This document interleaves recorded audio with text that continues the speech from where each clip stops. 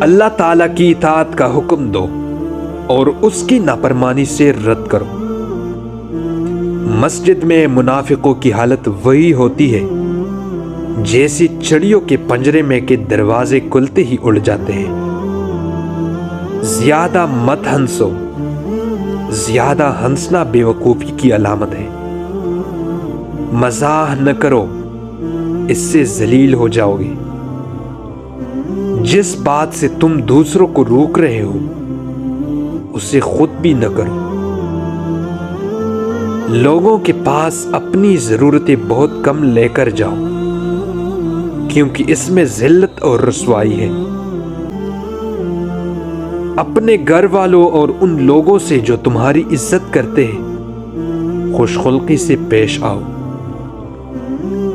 پست خیال، آوارہ مزاج اور فحش لوگوں سے دور رہو۔ ظالم کا ہاتھ پکڑو اور اسے ظلم سے روکو۔ ناپسندیدہ باتوں سے چشم پوشی کرو اور بردباری سے کام لو۔ اللہ تعالیٰ کی اطاعت میں لوگوں کی نافرمانی ہو جائے تو کوئی بات نہیں، لیکن لوگوں کی اطاعت میں اللہ تعالیٰ کی نافرمانی نہ ہونے پائے۔ السلام علیکم کو خوب رواج دو۔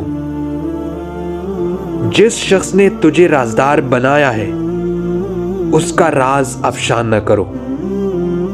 اچھی رائے دو، اچھی گفتگو کرو اور میانہ روی اختیار کرو۔ جس ماں کا بچہ گم ہو جائے اسے نوحہ یاد دلانے کی ضرورت نہیں ہوتی۔